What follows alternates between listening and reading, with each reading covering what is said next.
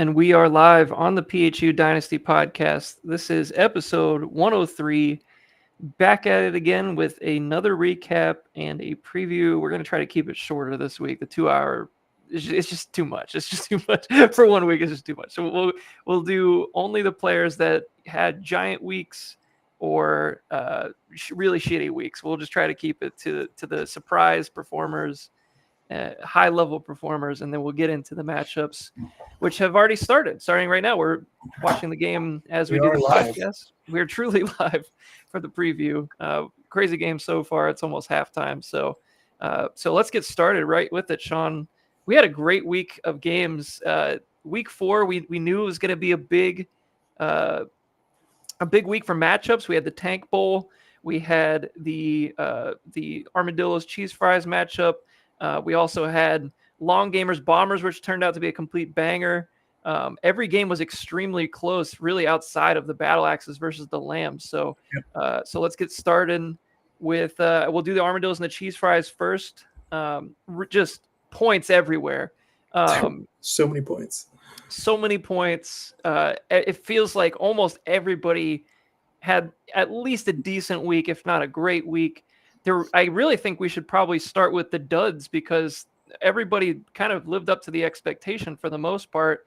And really the first one we could talk about is AJ Brown for the Cheese Fries, number 1 receiver on this team on the depth chart here. But really, he's just so hit or miss, Sean. It's really hard to gauge week to week what's going to happen with him. Yeah, you guy out here just posting Bible verses after the game. Not great. Not a good look. Feel good. But didn't he do this last year? It was Bookgate last year. Well, wasn't there other Twitter posts last year that were cryptic? There was some Philly radio stuff that came out about him and Jalen Hurts not being close anymore, and that kind of was the first instance, and then it kind of rolled into other things. But I'm not so much as worried about AJ Brown as I am just worried about the play calling, because we're on another new coordinator in Philly again this year, and there's just a serious lack of any creativity in the play, in the passing game. Just watching the concepts, just on the all 22, it's there's nothing going on. It's so vanilla. Are you saying that because I'll use the Bucks as a analogy here, but when we went from Canales to Cone, it was very apparent that this is a more creative offense. There's a lot more variations of the passing plays, the screen games, the stuff like that. It almost feels like the Eagles have done the opposite, where Kellen Moore felt like a little bit more creative, and now you're going to basically Saquon really hasn't gotten going. Really, it feels like the 4-0 Eagles have not really played anywhere close to their potential. It feels like. Yeah, I mean they've run into tough matchups. Good matchups. It's not like they haven't gotten a chance to play a bad defense yet. I mean, I don't know. The Rams are making themselves they're not covering themselves in glory at the moment. But yeah, I just every time I watch them on film, I just don't see anything. I would say the best play that they've ran so far is the weird little lateral shot pass to Goddard on the goal line. Yeah, that was Andy Reid thing. That was the first thing I saw where I'm like, oh, we're alive. We can do that.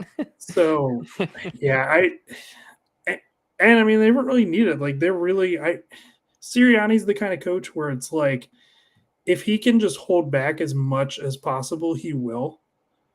Right. So I think it's just going to be we're keeping it real bland unless we have to open it up, which is frustrating. Not fun for fantasy. We'll put it that way. Yeah, which means you're never really going to know. But it's really hard to bench AJ Brown. But he's in bench territory at this point. He's at wide receiver 52. I mean, obviously had the blow up game last week against the Rams, but every other game, the other 3 games, he hasn't even got to 5 points total. So it's really hard to bench a guy like this, like you said. But with the depth that Tibbs has at receiver, it can definitely be a consideration at this point, which is pretty wild. But yeah, that's true. He definitely has the guys to be able to do it. So anyway, so quarterback matchup this week, pretty ho-hum, nothing really too much I want to get into there. I mean, just kind of average play for these quarterbacks. They have potential to go higher, but these were pretty mid weeks for these quarterbacks. The running backs were absolute banger matchups. Christian McCaffrey, who I heard on the Footballers podcast today that he, before this game, was on pace for 180 targets this year, which would be 5th among receivers. I believe in half point PPR, he would be wide. If you take away all the rushing, he would be wide receiver 8 coming into this week. That's absolutely insane. That is absolutely insane. And I don't think anything's changing right now in that game since he's. I was just about to look. I think he has 6 catches already in the first half. Yeah, which is just ridiculous. Yep. So he is living up to the hype. Volume monster. Yeah, and the yardage hasn't really been all that crazy. It's just the efficiency hasn't been great either, really. It's just been 30 touches a game minimum. So he's been wild. Jahmyr Gibbs, a good game against this tough Cleveland defense, to be honest. Like, actually had 91 yards and a touchdown, which says a lot to me. Easily the best game that Cleveland's given up to a running back. Like, before that, it was Chase Brown, ironically. Yeah, I mean, I think David Montgomery pooped his pants in this game as well, which I think he had like one of the worst stat lines of the year. So he was 9 for 12. Yeah, it's not quite Chase Brown 10 for 3 or whatever that was, but it's close. No, Chase Brown was like 20 for 40 something week 1. That's pretty bad. Yeah, wasn't he 10 for 3 like 2 weeks ago? Yeah, that was the week after. That's just brutal. Yeah, that was not great. Not great. Devon Achane had his best game of the season, 20 carries, 99 yards, and a touchdown. Not really anything in the receiving game, surprisingly, but good to see that Achane is still kind of getting that big workload, even with Ollie Gordon kind of being involved. That game was just not really a fun watch overall, to be honest with you. Both games were they were really bad. And I just cannot stand how they don't stagger the start times for those games. Like, why are they starting at an hour apart from each other? Like, just let me watch one and then the next one. Like, it should be like, anyway, frustrating. Josh Jacobs, 22 carries, 86 yards, 2 touchdowns, also had 71 yards in the air. His best game of the season by far. He's running back 5 on the year. Huge game for Tibbs' squad. Also gets the Puka Nacua 24-pointer. He is an absolute monster this year. My sources were wrong on this one. He's crushing this. This trade just keeps getting worse by the day when you look at just the overall production, and he's going to be up for a contract soon. And this is he's going to get paid disgusting money if he keeps up this pace. He's 3 for 4 tonight for 26 yards so far, but it's still plenty of time in that game. Let's see. Nico Collins, kind of an average game, so we won't spend too much time there against Tennessee. Odunze has kept the train rolling touchdown-wise, which, I was kind of heading into the year. I wasn't thinking like, wide receiver 3 on the year. I was thinking more like, maybe we can vault into the top 20. 23. Yeah, I was going to say, like, if he could get into like 15 to 20, that would be really cool. He's completely outperformed my expectations. So yeah, I mean, after the bye, he's just got super good matchups too. So I mean, should be more coming. Yeah, I'm looking at that Washington, New Orleans, Baltimore, Cincy quartet there, where it's like, wow, those are bad pass defenses. So he's really turned into that true wide receiver 3 for my team, which has been great. Jackson Smith and Jigba. This game was a weird one for the Seahawks, and really just that Cardinals game was just like, it felt like Seahawks were dominating the game. Didn't really need to use Smith and Jigba too much, but then the Cardinals kept it interesting in the second half. It's just a very strange game, but not his best performance, but still gets 9 points. He's wide receiver 9 on the year. Let's see, down to the tight ends.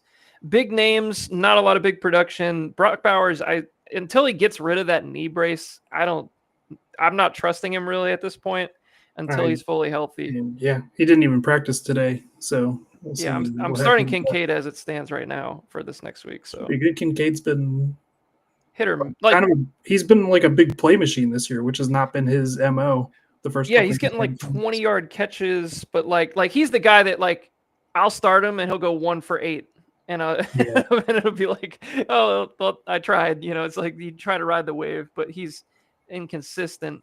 And then Mark Andrews caught a lot of passes at PPR scammer this week. So Yeah, Pooper Rush, PPR scam going on there. he's gonna do that.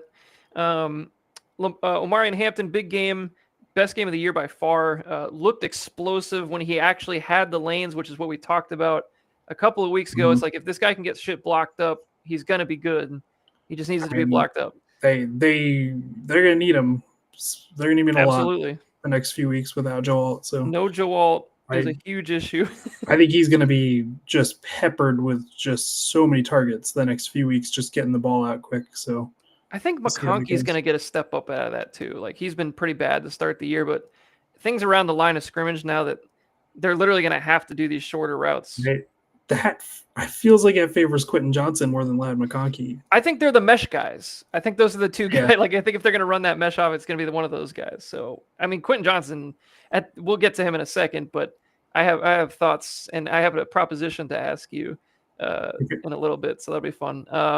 Breece Hall, kind of a just average game. Just keep giving that every time he touches the ball. Like I can't imagine how many yards came back in that game off of penalties for him. He looked so good. He is good. That's the problem. Just give him the ball. We know he's good. Why is he getting 14 carries a game? Why we thank God Braylon Allen's out of there now, because it's like he was just like he was okay. Like he had his moments, but like this is Breece Hall. This should be Breece Hall fest. There should be. I can't if there's 60 touches for an offense in a game, 40 of them should be going to Breece Hall and Garrett Wilson. Yeah, no doubt about it.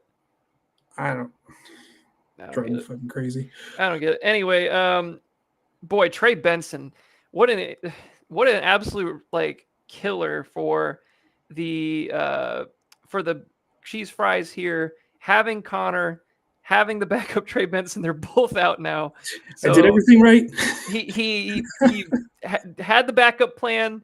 He had everything. He was hurricane ready. And he was not ready for this hurricane. And now Michael Carter is apparently the starter out of nowhere off the practice squad, which is just wild. Everything ready for this. What was that stupid like MAGA commercial for like, do you know what I'm talking about? Like the hurricane like generator thing, the Patriot generator. That's what we should name Michael Carter. 4 Patriots. 4 Patriots. Whoever is Michael Carter, put his name in there. Get the nickname in there. 4 Patriot. He's the generator. That's just a tough loss for the cheese fries overall, because not only did you lose, a very solid back in Connor, you lose what was looking to be a pretty promising role for Benson now, and now it's just nothing. So nobody's getting any injury sympathy from me this week. No, I mean the injuries. This was just an awful week for injuries. So bad. It's gotten bad the past couple weeks. Maybe Dustin is the Dustin he's taken a huge hit for sure. And then we also had George Pickens blow up game without CeeDee Lamb, trying to get that contract from Jerry. That's exactly what I thought we were gonna get. Just that game was absolutely insane. There's just no defense being played. I fell asleep towards the end of the fourth quarter. I mean, I didn't think much of it at the time. I was so gassed on Sunday, and I was like, I woke up and I was like, went up to go to the bathroom, and I just see the game tying field goal at the end of overtime. I was like, what happened here? It was crazy. It just felt like the Cowboys, of course, celebrating too early. They scored with 50 seconds left, and they were all fired up like they won the game. It's like, oh my God, they're gonna blow it now. They did blow it. It was just a crazy game overall. But Pickens, I mean, he is now that guy for the Cowboys for the foreseeable future till Lamb gets back. So that's great for my team. Chuba Hubbard, 10 for 49, got hurt. It looks like Rico's probably going to start this week because Hubbard has actually gotten worse as the week has gone on. So I'll probably pull Chuba out of the lineup here for next week. Garrett Wilson had a nice game, 14.2 points. He's quietly been really good this year. Give him the ball. Remember we were talking about preseason. We were talking about he might not have the touchdown production. He might go 1,100 for 4. He's already got 3, so looking to be a really good year for him so far. Mm-hmm. All right, let's move on. to the next matchup. It's the Long Gamers versus the Bombers. Really tough hit here for you, Sean, with Lamar Jackson going down. And it's the reporting on the injury has been strange. It's been like, oh, like he's gonna be okay. He'll be back next week. He's gonna try to play. To now he's maybe out multiple weeks. Like I don't even know what the latest. You're probably way closer to it than me at this point. What's the latest? I mean, it's kind of what I've heard. Like it seems like any report about him trying to play this week is probably coming from him, and like the national reporting is coming from the team. Would be my guess. Of like, we're just gonna sit him out until the bye. Honestly, if they do and they lose both these games, I honestly still think they can make the playoffs. So, because the AFC is very top heavy, but like they would need to like pretty much win out if that was the case. But I just don't feel like without Lamar. I don't think they're a better team than the Rams right now. Like I don't see that. Like Houston, they could win, but I don't feel good about the Rams game. Yeah, agreed. I don't see them winning either of these two games. I actually think Houston's actually been getting like quietly like a little bit better every week, and they got a good matchup. Get it going this week. What are we doing here? Yeah, I mean, this has got to be the breakout week, right? Like, I would think so. I would be firing everybody up. Like Lamar is obviously like the keynote injury for that team, but like their defense is just like they are 2024 Lionsing right now. They're bad, and they're injured. Everybody's dead. Like secondary isn't stopping anything. It's like Kyle Hamilton and nobody. Yeah, and like you can and he's not even like a traditional safety as far as pass coverage goes. Like he's more of the tight end covering guy. So like he's not going to be the guy that's stopping the 60-yard plays from happening or the 40-yard plays. So like realistically, he's a box safety, the Mark Barron type, if you will. That's a fun name drop for the Bucs fans out there. So anyway, so without Jackson in this game, only 12 points. Jordan Love, who we both knew was going to go off against Dallas, does indeed go off against Dallas. Romeo Doubs killed it. I hope you also bet the Matthew Golden 20, whatever longest reception or whatever. Yeah, I hit that over on that one on like the second play of the game. So I was like, yep, that's great. So yeah, just a crazy game overall, but a big disparity in the points there from a Jordan Love to Lamar Jackson with the injury. That was a huge factor in this game being so close at 154 to 151. Going down the list here, we got Zach Charbonnet, which is just kind of an average game there at 10 points with actually surprising getting 12 carries in that game.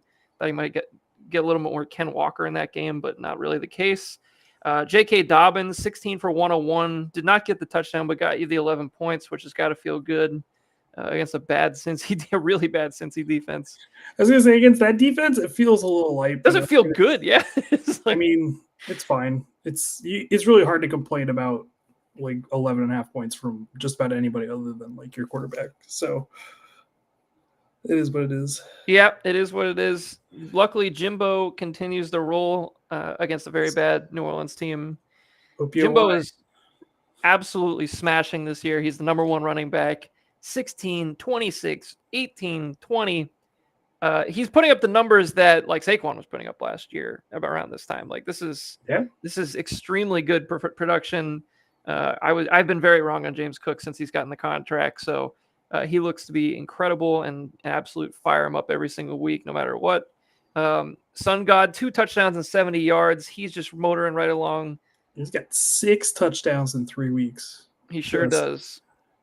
He's on fire. And he had 6. I believe he had 12 last year, 10 the year before, 6 and 5. So I mean, like he's on pace for stupid numbers this year.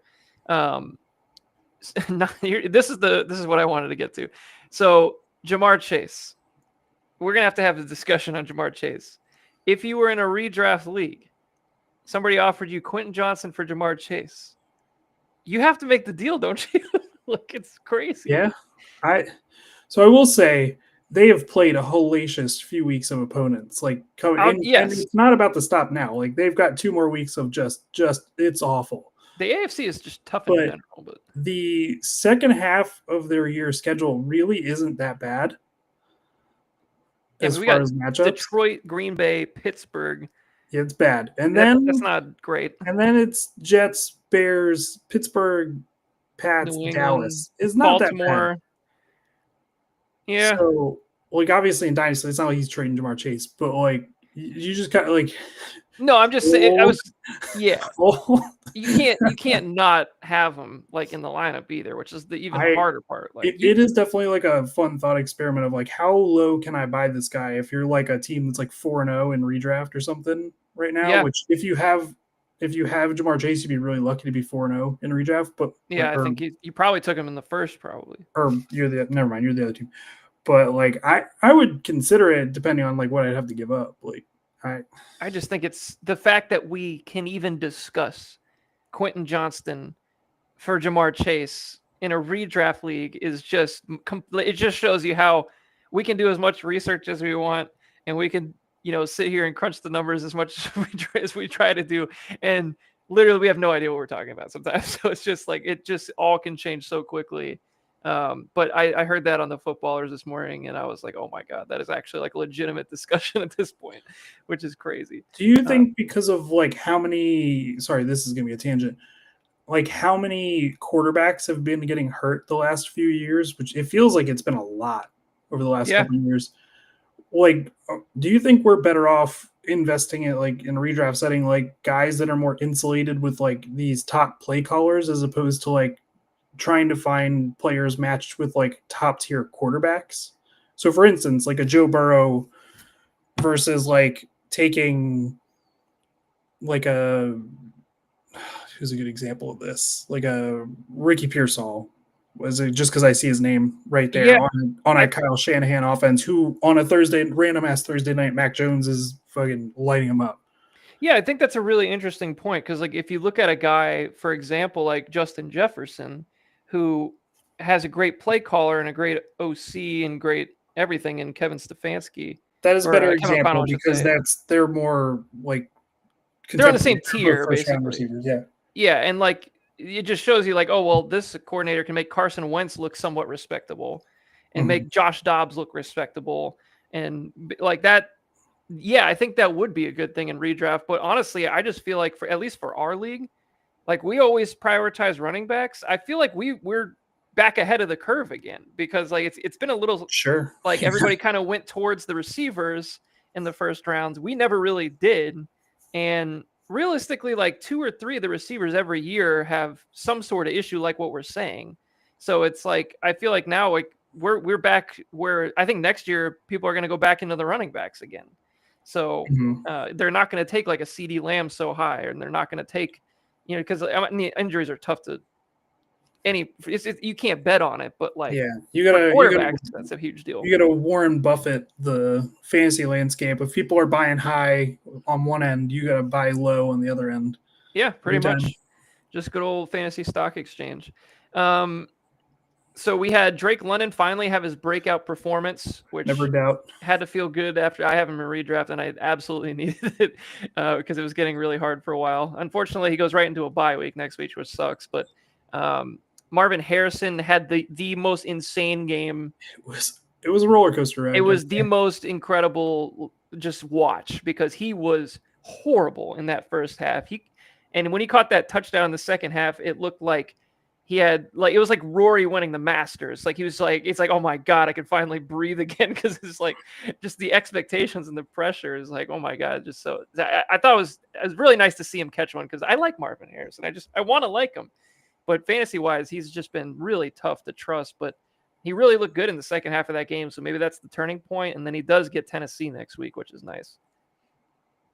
All right, so then we're down to Devontae Adams, who has been really solid this year. He's wide receiver 10 on the year. Not crazy numbers, but he's getting the touchdowns week to week so far. Not really a great first half tonight so far, but there's still plenty of time in this game. But, Devontae's been very solid. Like he's passing, so I'm not worried. He'll put up some points. I mean, it's like as advertised kind of feeling. Like I felt pretty comfortable as him being like the number 1 red zone target on this team because Poop is just not a guy that wins. Like the one thing he doesn't do is like win on man coverage near the goal line. Like it's literally the only thing he's not good at. Which you would think So, bringing in Adams would like help teach him how to do it, yeah. but I don't know if he's that guy. So So Adams is kind of that for them. So he really feels like obviously an X receiver need, and then that. So it's a really good fit, and they're obviously McVay's going to use him to that ability, and that's panned out so far. yeah, I always trusted McVay to use Adams the correct way, so that's working out. Ricky Pearsall had 46 yards before he got injured. He's not playing tonight, but he's been when he's played, he's been great. So I think you're just gonna have to kind of battle with that. I think it's a knee injury too, which kind of sucks. So we'll see if PCL that's sprain.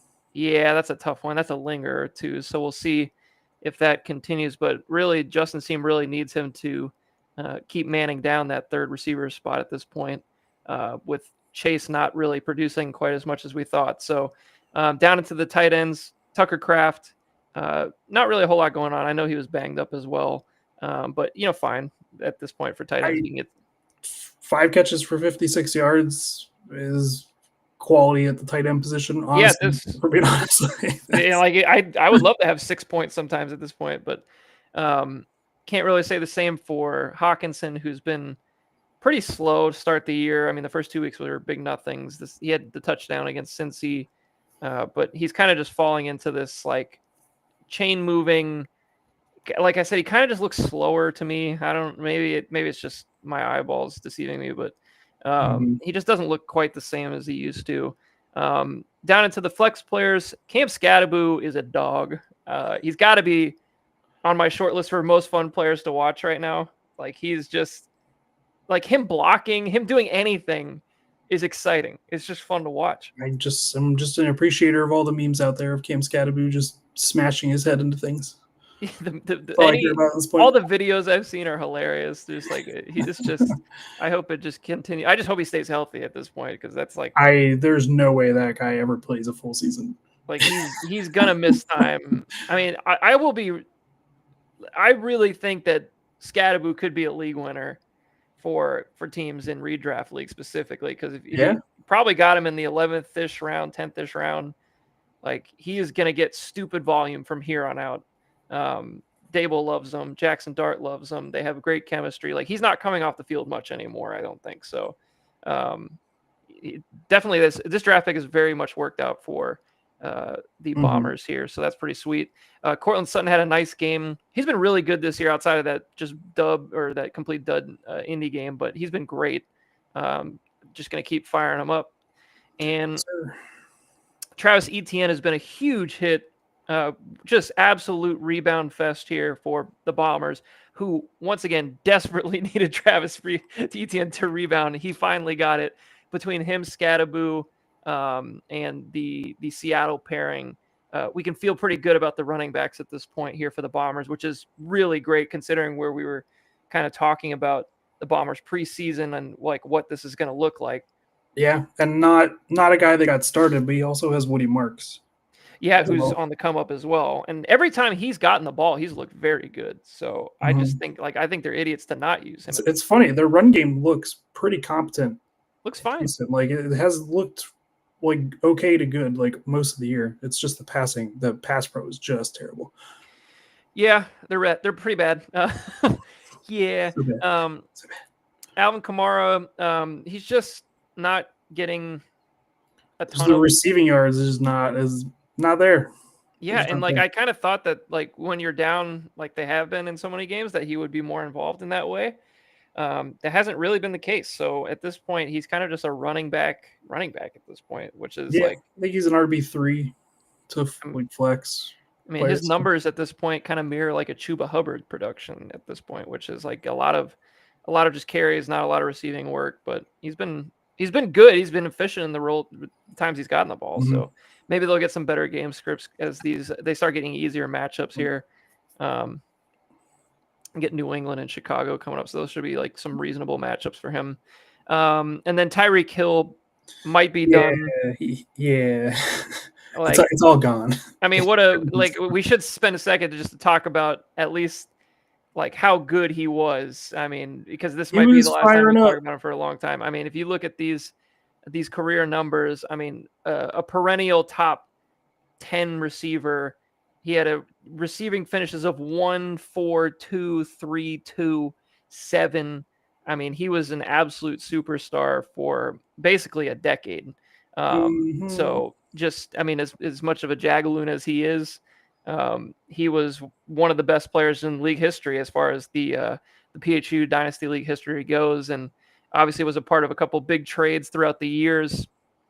The terrible Hakeem Butler deal from me, and then you acquired him for 2 firsts and a second. So I mean, he's just been involved. And I remember I picked him up off the waivers back. I remember we were watching the game that he had like 2 really sick punt returns for the Chiefs, and we were watching at a fairway, and I was like, "Oh, that guy's got some juice." And I think I just threw him on my roster as like one of those like, "Oh, I put a guy on IR, I need to fill the bench spots," and it happened to be Tyreek Hill. So it's like just an absolutely insane career arc for him. But yeah, great player and pretty tough loss for you because I mean he was looking pretty good in those couple of games there in week 2 and 3, and even was looking really good in that Jets game. So, Mhm. so that's a tough one. And Kenny Gainwell. Didn't have getting legacy Kenny Gainwell gamed on my bingo card for that week. I will I say. did not against Minnesota of all teams. I was like, I watched that early in the morning, and every time he got the ball, it was like there was an open hole for him to run through, and he hit the hole hard every time. And I was like, damn, Kenny Gainwell's got some stuff here. And I was like, why couldn't Jaylen Warren do this? And it's like that. I don't. And that whole Jaylen Warren situation was crazy. He literally, like the night overnight, they said he wasn't going to play or something. I think it was pregame warmups. He said he couldn't go. Nobody had woken up yet, so it was, a lot of people started him. It was a mess, total mess. Luckily, I woke up early enough to get him out of my lineup, but huge game for Kenny Gainwell, and a 20-point Lion performance on defense against Cleveland was great. Really kept you in this game with the injuries, frankly. So yeah, just kind of a tough loss for the week, but I would just say, a really big week and win for the Bombers. I mean, and not having Burrow, getting basically 3 points out of Chase and still putting up 154, the Cam Scatterboo breakout game, ETN continuing to play well. Like this, the as bad as things have been, we had a missed field goal for the Rams just now from Cardi. It was a 54-yard he missed. But yeah, just the Bombers overall, this is a big week for them to kind of get that trajectory back on the rise, even though he lost Burrow and kind of has some weird kind of situations with his current receivers as well. So, and then for your team, just a hard fought effort considering the injuries, really. I mean, like you should have scored probably 170. If I'm going to put up 150 and lose, like I said, it is what it is. Like it's really not like, it doesn't feel super bad. I mean, it's definitely winnable. It's just the way fantasy goes with injuries and stuff. So we move on to Cincinnati. Yeah, and starting 3-0, makes that loss feel a little better, I'm sure too, just because it's not like you're still in that 2-2, 1-3 spot. So should be all good. Then we had another really good matchup. We'll get to the Tank Bowl last here. We had the Lionheads versus the Elk, both projected over 120. Got somewhat close to the projections, but the Elk get the win 118-111. Interesting game overall. We had Marcus Mariota getting the start for the Elk, which actually I believe was the right play, maybe. No, Stroud had 2 more points, which maybe was somewhat predictable against the Titans. I probably would have started Stroud last week, to be honest, but if it was me, but I understand why you would start Mariota. And Kyler Murray dude, I think this is just Kyler Murray at this point, man. There's nothing I've seen. I mean, of course, this is a primetime game, so we got a good long look at it, and I didn't see anything different. It just looks like the same old Kyler Murray to me. So yeah, I mean, he's limited, can't really throw digs or in breaking routes across the middle of the field. He's a limited quarterback who runs a little bit, but like, I don't know. Not much anymore. Yeah. When he's running, he's usually running behind the line of scrimmage, and he's not going he's not getting rushing yards. It's just him. That would be a great stat, like just yards run behind the line of scrimmage. He's got to be like number 1 in the NFL. That would be awesome for off the rails. Yards run total, just for quarterbacks. Just like how much, or running backs going side to side. because that would be awesome Yes. as well. I would love Yeah. that. I don't talk about Kyler Murray anymore. Let's talk about Bijan. Yeah, that was a huge. We did not even need to talk about it. Bijan rips, dude. Bijan is He's sick. so fucking good. Dude, he is incredible. He is not only is he incredible, but like his receiving game has taken a whole extra step this year, where they're putting him. I've seen him out wide. I've seen him in the slot. I've seen him coming out of the backfield. I've seen him all over the place, and that's exactly what this guy needs to be doing. I'm surely jinxing myself, but I said he was going to be a 1K player this year in the bold predictions. It wouldn't totally shock me at this point, man. Like, he's playing so well. He's got easily 250 receiving yards already through 4 weeks. So, like, it's really not out of the question at all at this pace. And he's played some pretty good defenses running wise so far. I mean, Minnesota and Tampa Bay's running defenses are usually pretty good. Oh, he gets Buffalo in week 6. They can't stop the run at all. No, I mean, get Buffalo, San Fran, Miami, New England. Pretty sweet schedule coming up. So, I mean, Bijan is awesome. I had him number 1 going into the year in redraft, so feels good. Kyron Williams, not his best game this past week. He had 77 yards and a fumble lost, which wasn't ideal, but he's got the touchdown tonight in the San Francisco game. Oh my God, Mac Jones just almost threw a pick. Speaking of the San Francisco game, so we won't spend too much time there. Ashton Jeanty breakout game did arrive. It took 4 weeks to get there, but man, he blew up big time. Chicago's run defense is just look at what he can do when you can get to the second level of a defense. All you have to do is get him up to speed, like get him at his full speed, and he's going to be impossible to tackle. Like, he's just crazy. That play calling and coaching they need to get out of their head out of their ass. There's something, something's broken there where if they can't get that guy going, I don't know what to tell you. Like, that guy's too talented not to be getting. What was the snap count in that game? This game he had 85%. Yeah. Yes. The previous weeks he had 50 and 61. Yes. What are you doing? You took the guy at 6. Yeah, like, why are we playing Dylan Lobby at all? There's nothing that Dylan Lobby does. He can't pass protect. And I promise you that Ashton Jeanty is a better receiver. Ashton Jeanty's not even getting catches yet. On a side note, even because we both agree that Jeanty should be playing unless he's literally dead, like tired, why were they just healthy scratching Raheem Mostert over Lauby, even in like pass pro? Like, what are we doing? I think Lauby is just like a core special teams guy, but that doesn't mean you play him on offense. Like, he's just going to have to be a special teamer. Like, there's no reason for this. Like, you've got a guy who's 33 and has seen everything as far as like pass pro back over the last like 6 years. Like, why? What's the point of healthy scratching a guy that's 33 on your roster? Like, what? I mean, why don't we just cut this guy? Like, at that point, like, it's terrible. I don't get it. All that to say, it doesn't matter. Ashton Jeanty should be on the field every play. He rips, and he's going to be great for the Elk for a long time. Look at these receivers. Yes. Got some problems over here on the left side of the screen. Zay Flowers has been fine. Like, he's doing Zay Flowers things. Well, we'll see the next couple weeks how that goes. It's gonna be a lot. I think he'll be okay. I think he'll be. I mean, like, here's the thing: is we said preseason, Zay Flowers and the wide receiver 20 to 25 range. This is exactly what we've gotten so far. So it's. I mean, he looked like for the first week it was going to be stupid, but this is what Zay Flowers is at this point. I'm not going to project him any higher really at this point. Yeah. Cooper Kupp is just not a startable receiver at this point. I mean, he's out there to block. And Bobo, baby. He'll get a couple of catches a game, chain moving catches, but like he's wide receiver 70. Like, that's not good enough. Like, that's I have him in another league and I have to start him because I have nobody else. But like, I feel terrible about starting him.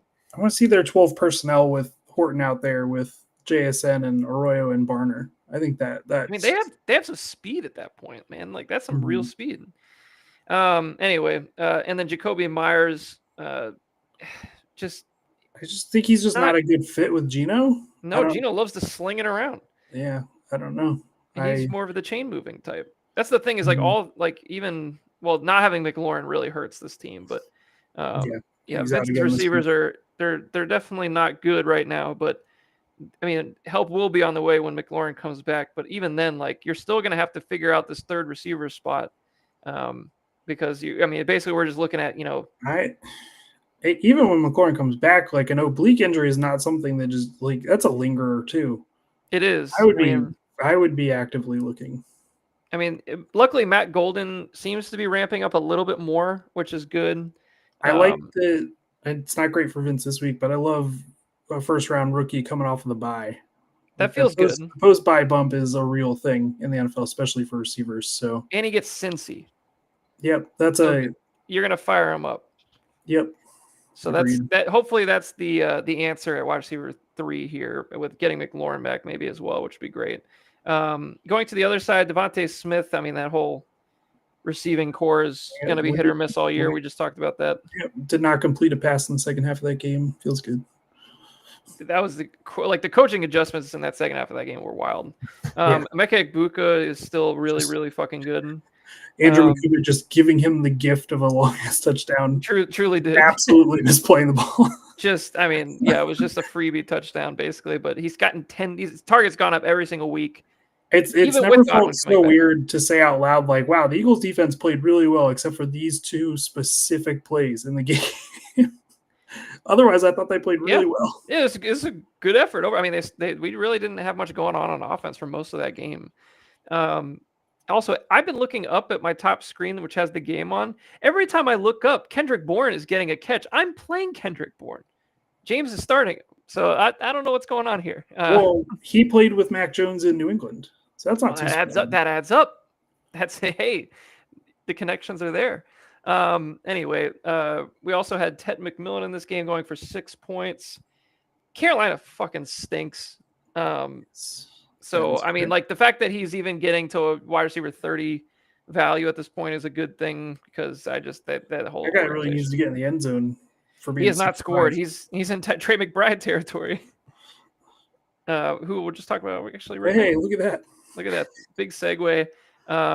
7 for 52. I mean, it's fine for tight ends. You're kind of in the Tucker Kraft range, as we were just talking about. Tyler Warren's really good. He's just getting used exactly how you would want him to get used coming into the NFL. They finally got him on that like rushing touchdown thing too. I feel like we just talked in depth about him as like how we would use him in the NFL, like pre-draft. Oh, we did, yeah. So like it feels really good that somebody's actually like doing that. And Shane Steichen's he's a great play caller, like in-game play caller. So that makes sense. That tracks. I mean, the guy's he's a special athlete. You got to use that guy however you can. And I mean, the Colts are just a fun team to watch right now. It's just like pretty cool. Like outside of the Adonai Mitchell bullshit. I'm an early late investor of the Colts now. And like even like Danny Dimes, I know he's wearing like 17 now. He like kind of looks like Josh Allen at times. Like it's like kind of scary. Like it's like what is going on? We're not going with Indiana Jones. I mean, trust me. Indiana Jones might be the best nickname ever for anybody, really, and nothing could fit better. So, then let's get into the flex players. We talked about Golden. We talked about Montgomery pooping his pants. DeAndre Swift, another horribly inefficient game, but gets the touchdown government bailout. Still stinks. They need running back. He stinks. Trade for Alvin Kamara? I feel like any running back that might be on the trade block, I just immediately put him on the Bears to me. Like if they could get Breece Hall somehow, or just like, I don't know, like there's got to be another option out there. But I mean, they could really use one, because they want to use Swift in this traditional single back, run on the zone, run on the inside, duo kind of play calling. And he's just not that guy. He's just not. And you can see it. Not that guy, pal. Yeah. So, I mean, like even like Monungai, when he gets in the game, has been much more efficient. Mm-hmm. So it doesn't make it makes sense why they're playing him, but I don't think they should be. So, to the other side, Chris Olave gets his first touchdown of the year, which is nice, but he has been pretty much mid to. Oh no, is Mac Jones really hurt? Mac Jones is really hurt. Oh no. Oh my God, it's Adrian Martinez. Oh, it looks like bad calf. Oh, he's like dead. Yeah, this is bad. Oh, he's I don't think it's Achilles, but I think it's like really bad calf.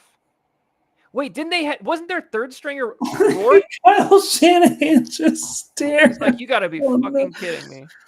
It's Adrian Martinez is the backup. Holy shit, we're in Adrian Martinez territory. Because I saw that they had Curtis Rourke as their third quarterback. He was injured.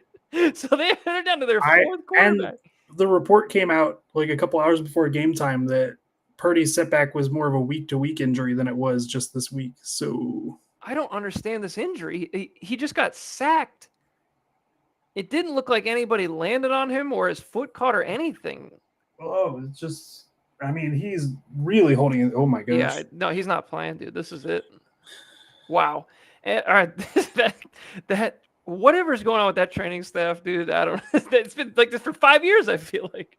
Them in San Diego or Chargers. I mean, Tampa too. At this whatever. point. Jesus Christ, we can't. Speaking of bad injuries, Malik Neighbors. Yeah, that one just sucks, dude. Like, because Jackson Dart was looking decent.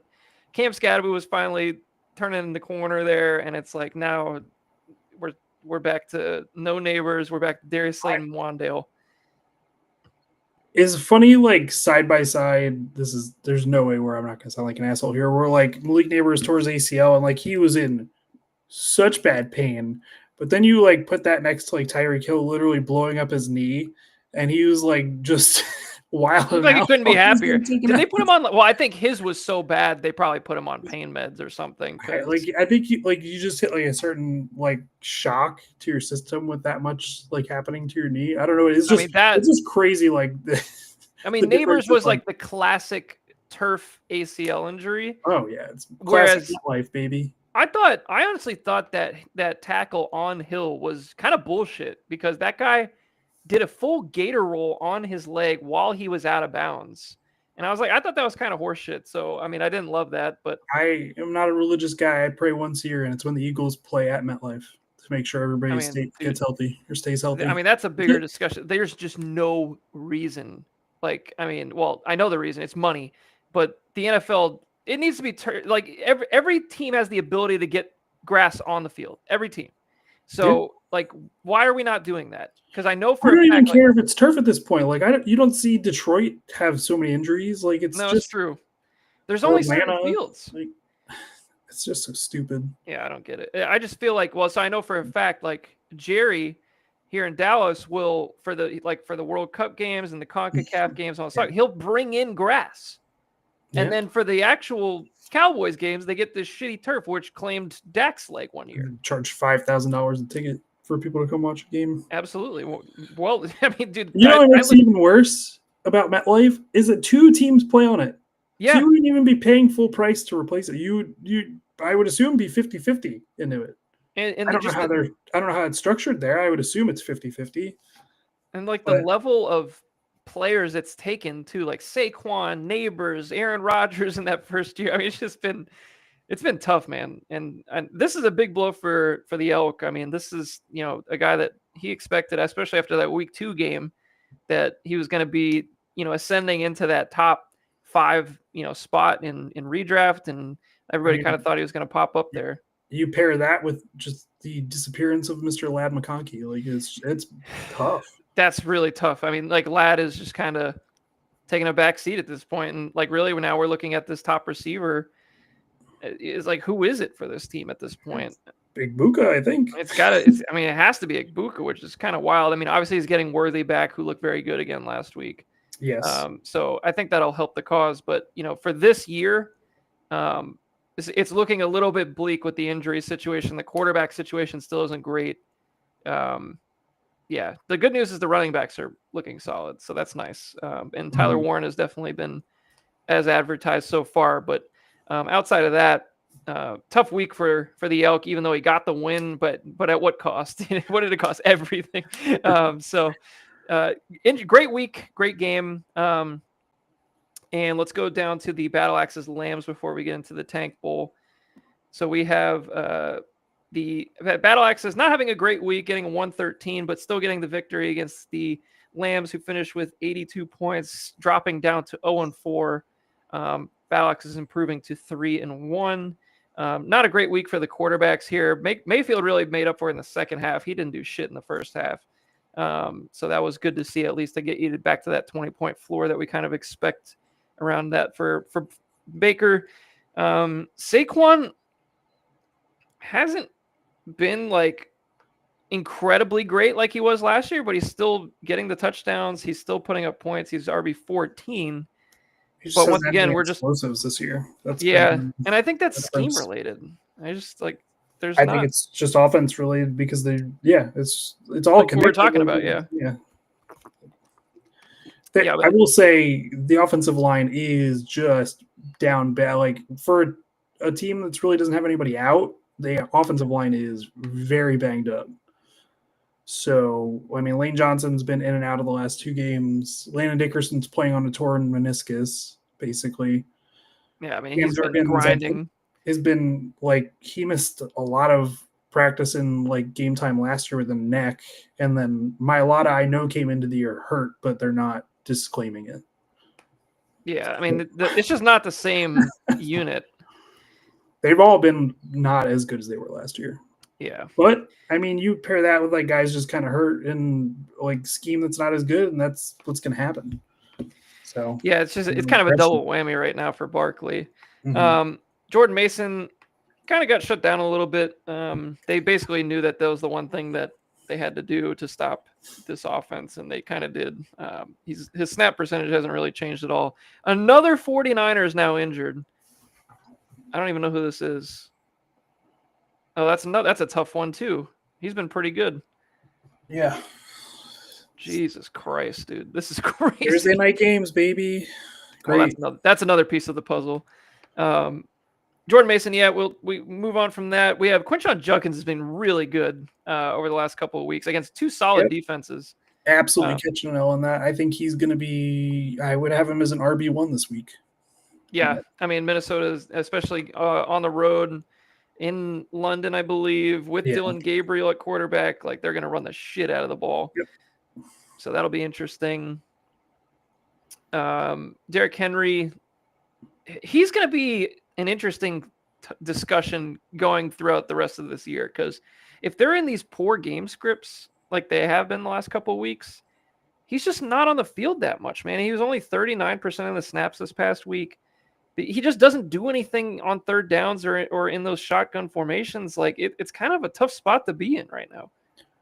I know Scavelli's probably not in that position, but he's like a bench consideration for me this week if Lamar's not there. I mean, it's so hard to do that, but I understand where you're coming from, because, I mean, if you're looking at the snap percentages, if you think they're going to be losing the game, which is possible at this point with Cooper Rush, like, I mean, their defense sucks. Like, they're going to be in a bad game script again potentially. So I don't know if I can bet Justice Hill to score more fantasy points this week than Derrick Henry, but I would probably give that a whirl. It might be a Dynabook line. I mean, it's crazy to even say that at this point compared to how it was last year. But I mean, it's predictable. If they're losing, he just doesn't do anything. It's really he's game script. He's not game script proof for as good as he is. No, and he just isn't versatile enough on third down to really offer up that receiving element to the game. So anyway, moving along, we'll go to Stephon Diggs, who had his best game of the year. Looked very good in this game. I thought he looked kind of shitty the first 3 weeks, to be honest. It looks like he was just doing a ramp up period, and they didn't actually say it out loud. I mean, it kind of makes sense though. He came back from an ACL, like and the snaps aren't indicative of what actually happened because that game was over by the fourth quarter. He was pretty much put him on the bench. I want to say before players started getting benched, he was at like 80+% of snaps in that game. I mean, that's great. That's what we're looking for. Yeah, he's just the guy going forward. I think he's like a top 30 receiver week to week now. So. Yeah, I mean that's what people most likely drafted him as well in like redraft leagues. So that's nice to see. Brian Thomas, not another. I mean, it's just another mid game, like nothing going on. 5 points. Yeah, no touchdowns. It's just not fun football to watch right now for Brian Thomas. I mean, I have him in redraft. I hate it. Feel like it's coming eventually. I don't know. I think literally he's just hard because he's producing just enough that you have to put him in your lineup, and he's getting enough targets. But it's like I can't not put him in the lineup. Devontae Adams touchdown or no? It might be another Kyron Williams. Oh, it's Puka. Puka on the goal line. What did they do? Hold on here. Whoever's watching live, we'll come back to here in a second. We just want to see what happened here. Well, it looks like maybe a quick slant. huge pick play. Jesus, how's that not illegal? It's within the yard. It's within. Is it a yard or 2 yards of the line of scrimmage? You can pick. I guess. I mean, that's just it seems broken. Anyway, yeah, Brian Thomas he's not a fun start, but like you got to keep starting him, which is really hard.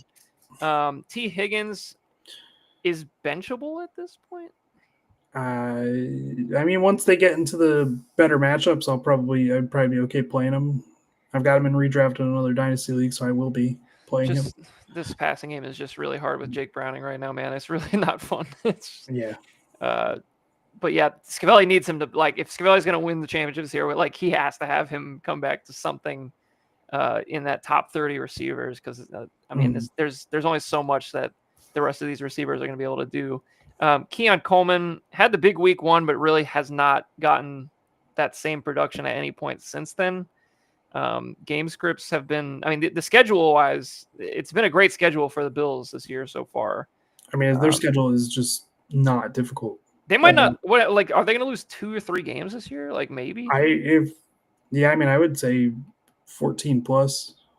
I mean, that's crazy. So, I mean, it's really just. It's just. I mean, it's home all the way through. Yeah, they are. It's annoying because they're very gettable because they can't stop the run to save their lives. Yeah, you're right. Like they don't feel like a team that is like unbeatable or something like that. Like they definitely could be beatable. So. I don't know. Interesting team. And Coleman is just not really showing enough right now to make me feel like he's breaking out or anything like that at this point. So Cedric Tillman goes down with an injury, ends up landing on IR. Isaiah Bond kind of took that role once he went out. So I think that's probably what we're going to be looking at moving forward. But with Dylan Gabriel at the helm, don't even really know how startable anybody is in that passing game at this point, which is really hard. I think the tight ends will be startable. I mean, Harold Fannin should eat. That'd be nice. But speaking of tight ends, we had Brenton Strange, 6 for 7, 45 yards. He's been a very solid tight end in terms of just like overall targets and stuff like that, but he's just not getting many explosive plays and no touchdowns. Does anybody catch touchdowns on the team? How many passes? Like, has Trevor Lawrence thrown a touchdown pass this year? I feel like ETN and Tootin have scored a lot, but like realistically, I know Parker scored one, I think.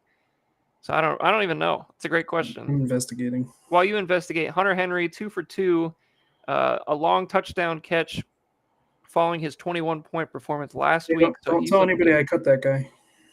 Yeah, don't. that doesn't feel good. Nope. Sure doesn't. And James is the beneficiary of that. So good for you, James.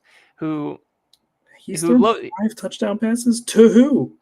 That's it. I don't. Well, he threw 1 to Luke Farrell, 1 to Hunter Long. I remember that. Oh my god. And probably at least 1 to like the running backs, I'd imagine. Anywho, that's crazy. De'Ami Brown has a touchdown catch. Yep, that adds up. That helps absolutely no one.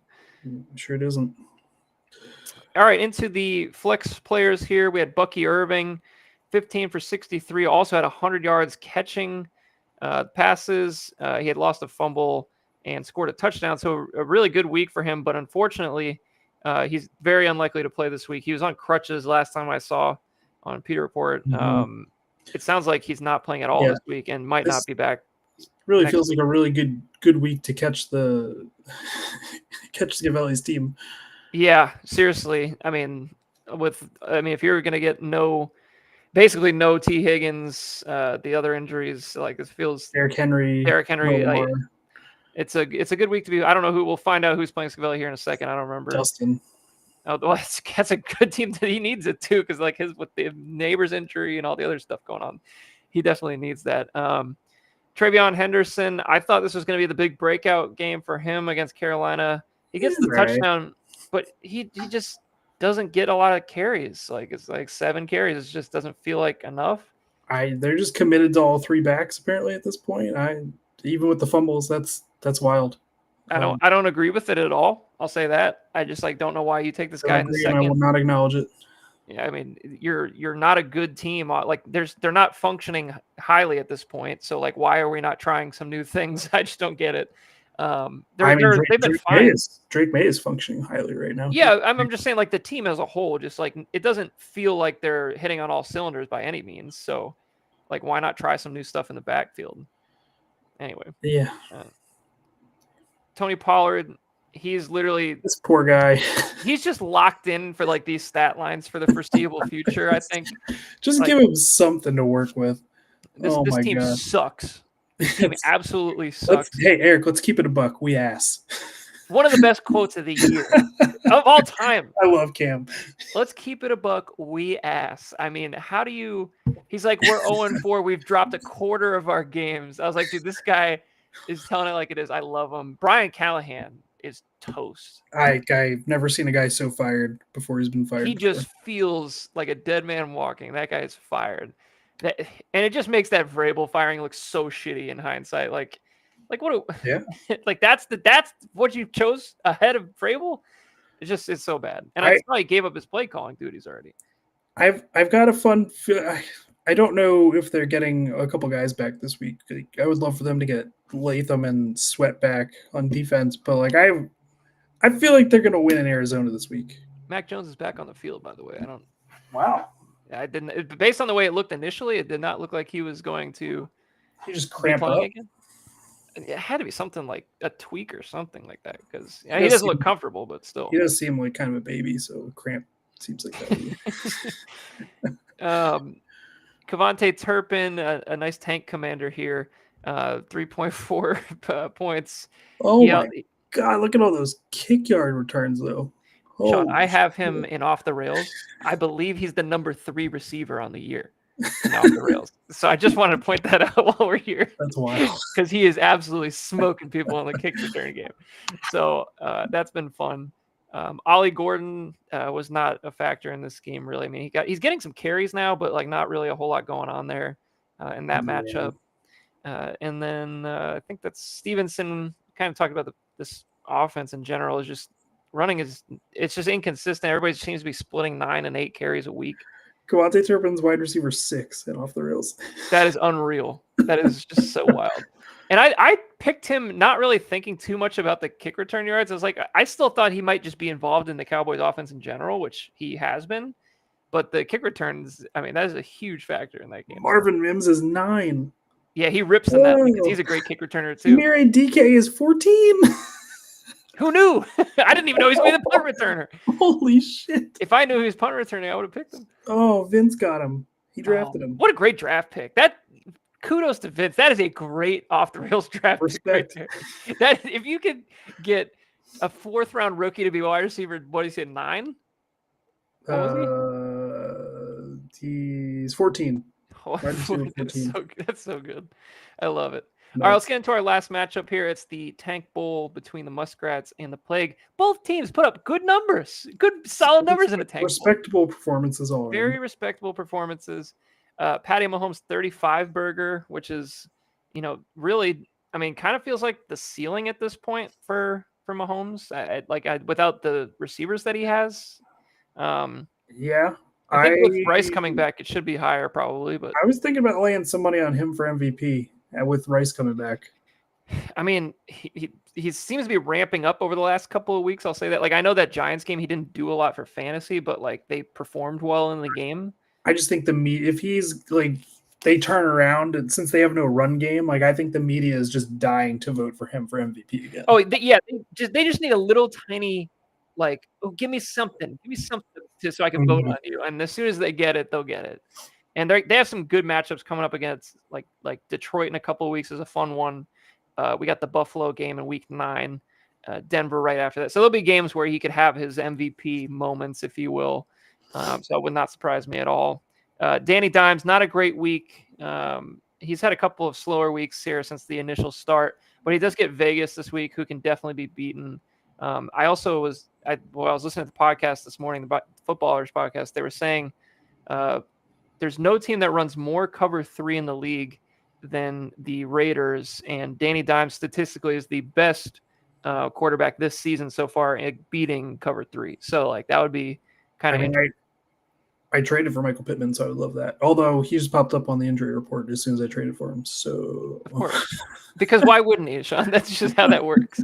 But yeah, I think there'll be a better week for him.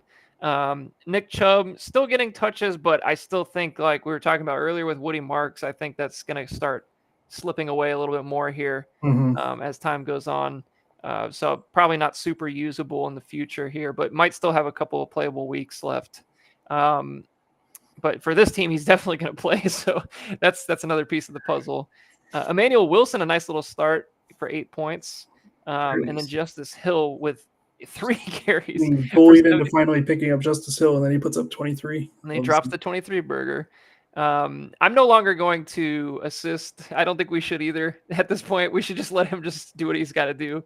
I mean, literally, at this point, is that what you would call trading a top 10 dynasty wide receiver for a 3rd round pick? Is assisting? Or I mean, in a way, it is for sure. I mean, yeah. I mean, you literally hand it over. I mean, it's not only that he's literally like the best. Like he is like the best player right now. It's just absolutely insane. Kareem Hunt on the other side, he's just not really. He's just got nothing. Like I watch him play, and I'm like, this guy has no juice. He's not a good player. I don't get it. Give Brashard He's the goal line back, so I get it, but it's disgusting to watch. He's just terrible. This backfield stinks right now. Like they really need to get Brashard Smith involved. He is. His snaps. He needs to be more involved. We need him more involved. It's coming. Keep ramping him up. All right, so we're on Quentin Johnston, who had another big game. He's the receiver 4 on the year. Targets. Oh my god. He's got a zillion targets recent weeks. He is legitimately good. He is actually good. 30-year breakout. Who knew? 30-year breakout. I mean, we're still doing that. I thought that was a thing of the past. The thing that makes this even crazier is that it's a 3rd-year breakout after 2 years of looking like complete ass, like for the most part. Last year, he got better. He got a little bit better last year. So I agree, but he was still dropping passes. He was still making mental errors. And it's like, yeah, and they were force-feeding him the ball at times, especially in the red zone. So, like, why now? Like, what happened? Like, what changed? Do we have the second coming of Davante Adams here? And that's exactly kind of what the point I was going to make, because Davante had the same issues where it was like he was dropping passes. The difference is, coming out of college, Davante was like a refined route runner with a actual press release package that could truly win. Like Quentin Johnston had none of that. So it was even going against Quentin Johnston even more that like he wasn't a polished receiver. He was dropping passes, and really like the Antonio Brown type then. Yeah, and he didn't even really get used correctly those first couple of years, because we kept saying like he needs to be like a mesh guy. He needs to be on shallow crossers and not so much of like this outside X, type of receiver. That's not really who he is. And they're finally doing that. I mean, I can't imagine the Chargers saw this coming either. There's no way. They drafted 2 receivers. They took Ladd in the second the year prior. They brought in Keenan Allen. Like they did everything to say like, oh, we're going to have all these insurance options in case QJ isn't going to work. But hey, this has been an unbelievable breakout. Probably the most like out of all like the random breakouts I could have expected or tried to like predict, like this would have been the one that was the furthest away from me. Like I would just never have ever thought that he would be a top 5 receiver through 4 weeks, especially against some reasonably good defenses as well. Like the Chiefs are not a bad defense. Denver's a very good defense. So like it's not a fluke, I don't think. So very, very crazy. DK Metcalf on the other side had a very good week, his best week of the season, 5 catches, 126 and a touchdown. He's had a touchdown in 3 straight now. Wide receiver 12 on the year. He hasn't really even got the target numbers that, I kind of like whenever I go back, because I don't have him anywhere, but I look at his target numbers and I'm like, oh, like they must be insane because he's the only receiver there. They're really not. He's getting like 4 a game, like 5 a game. It's pretty wild. Let's keep moving. Anybody else worth talking about? Addison's back. Addison looked very good doing Addison things. Basically, he wins on blown coverages. He always gets a blown coverage a game, it feels like, and I don't know why. But it works out for fantasy. He's he's an ideal wide receiver too in the NFL. He's a great two. I still think he's underrated, like as a player. Fantasy wise, he'll always kind of be in that number 2 spot behind Jefferson, but he is a really good receiver. Mm-hmm. Jake Ferguson continues to be very good with targets. Machine. Yeah, he gets tons of looks, so you can't say nothing bad about that, especially while Lamb is out. Hopkins with the 0 burger, -4. Really nice tank performance there. Luther Burden. Yeah, like he has been either negative points or bombs. So it's just like this has got to be one of the best tank players I could think of at this point. So, and then the anti-tank commander on the other side, Romeo Dobbs, just rips 3 touchdowns. Just absolutely he does that twice a year, man. Absolutely kills the plague in this game for the tank. I mean, that is the difference between, especially the fact that it was a primetime game too, because he probably thought, oh, there's no way that we're going to catch up now. And then he drops 23 points. Absolutely insane. Michael Pittman too. Obviously you traded for him, but he's been very good to start the year. He's had 10 points or more in 3 of 4 games. Looks good. Kind of what we said last week. Nothing else really here. All right. So really fun week 4. Really great. Probably the best matchups that we were anticipating it being a great matchups, and they really were. So hopefully we get some more games like that coming up soon. So let's go to week 5. So we got some. We just rip the who we think is going to win each one. Yeah, we don't have to get too far into it. We cover most of the players, and I mean, really, we should probably only talk about the guys that are playing right now, frankly, because we can actually, get ahead of that, I guess, a little bit. So in my matchup, got McCaffrey for 16 as it stands right now. We're just starting the 4th quarter. He had the touchdown. He's got 6 targets again. He's got 20 carries already. The guy is just getting a zillion touches. Also, Kendrick Bourne, 7 for 8 for 105.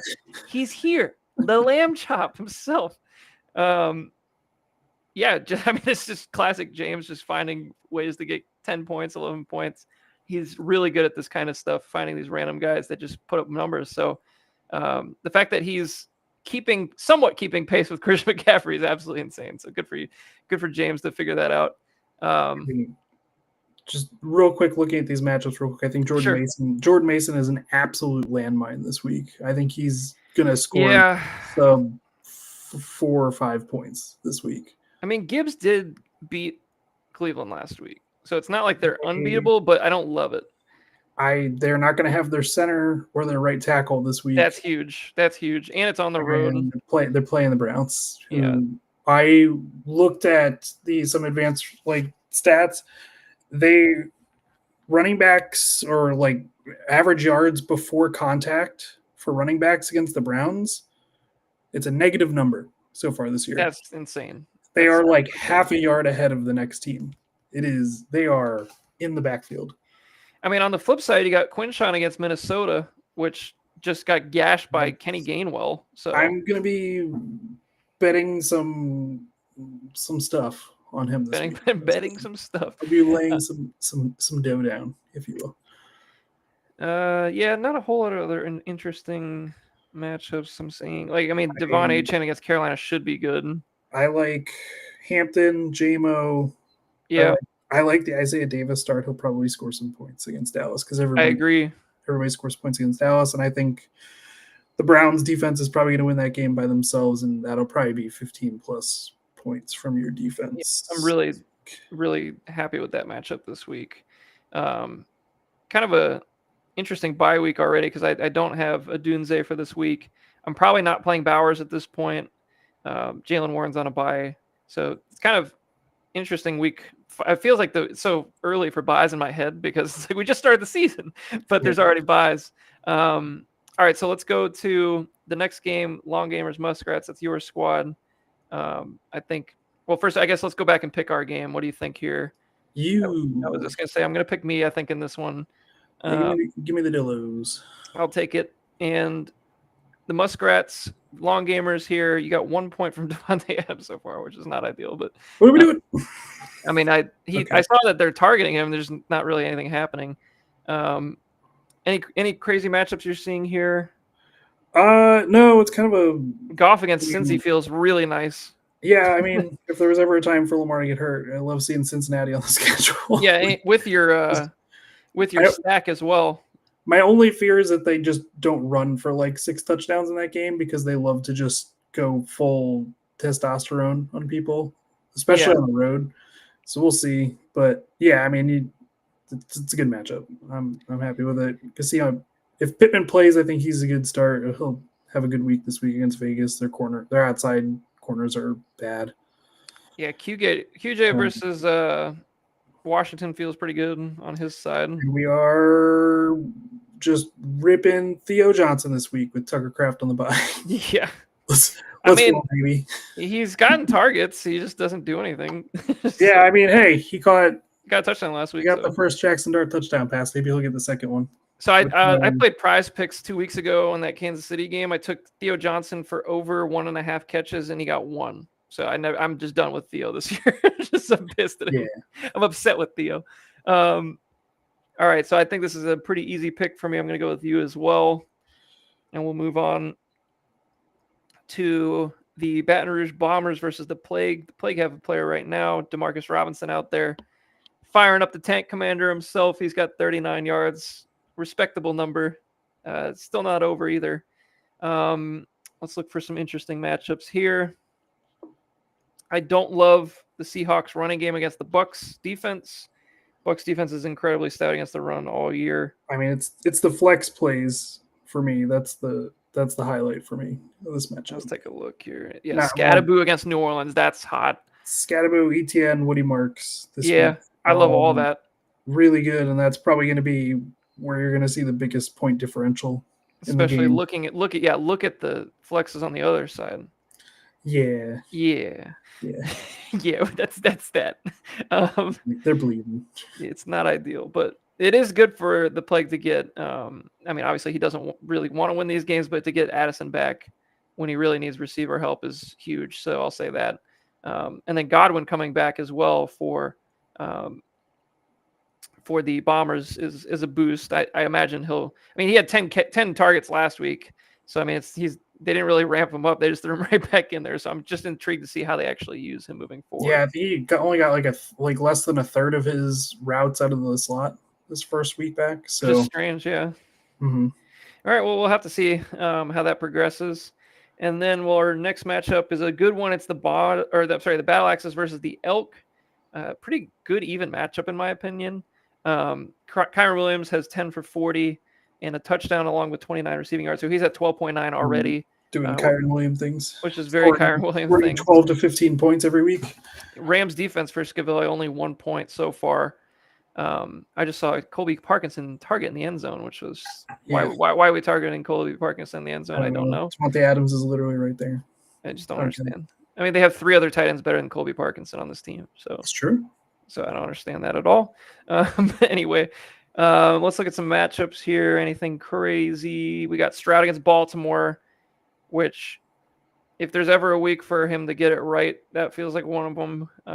Yeah, I mean, I like it. Their defense is dead. So they're literally not. They're just not even out there. I also like Tyler Warren against the Raiders D. Feel like that's a nice play. Mm-hmm. Ladd is still in the starting lineup here, Sean. Are you gonna play him? He's playing Washington stinks. Yeah. Their defense stinks. Just look at Ladd's numbers, though. It's just tough, man. It's really tough. This is one of the targets. Just nothing's happening. Yeah, I said bounce back last week and it didn't happen. So I just don't want to keep. I don't want to keep playing myself here. Oh, block extra point. Wait, who scored? Hold on a sec. I got to go to the scores here. Please hold. Oh, Kyron scored again. Well. Wow. Okay. Well, that changes this matchup considerably. Let's go back to that.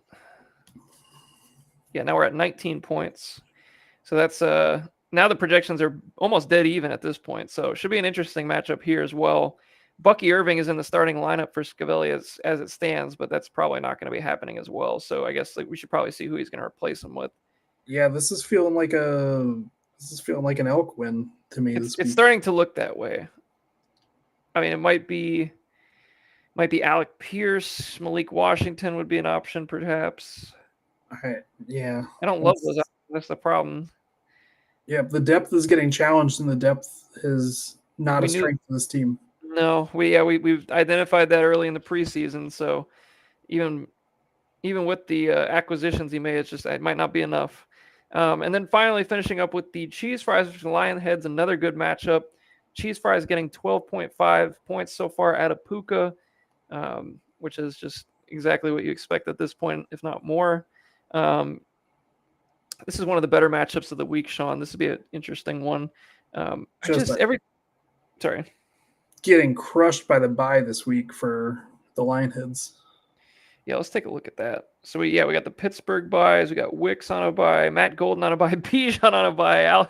Wow, this is a bad one. This one is one of the worst ones I've seen recently. Last couple of years. That's tough. Trying to win on the Bijan buy, that would be huge. That would be a massive win, and especially when you're starting Jeremy McNichols. Oh no, Jeremy McWeapons. Oh man. But I love the hustle though. I love it because if he hits hard. Yeah, he's still athletic. For how old is he? Like 29? He is 29. Jesus.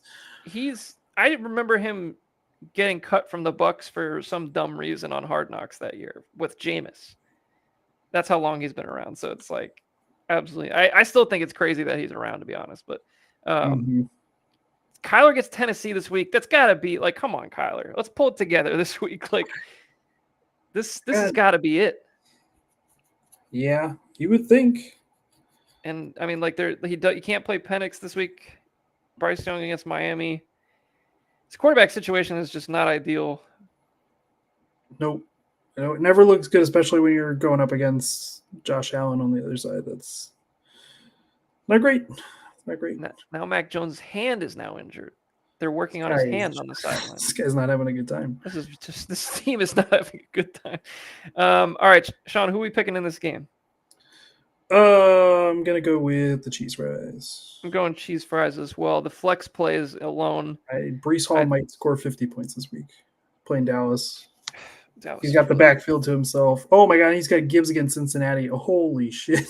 Yeah, I mean, and then he also picks up the Rachaad White start as well for Bucky being out in the flex. God, so that Garrett Wilson against Dallas. Oh, great matchups this week. God. So that's gonna wrap it up. We've talked to everybody from last week, and we have previewed the game, week 5 games. We're going to watch the end of this tied 20-20 game between the 49ers and the LA Rams, which have lots of fantasy implications, which we've already talked about here. So good luck to everybody this week. And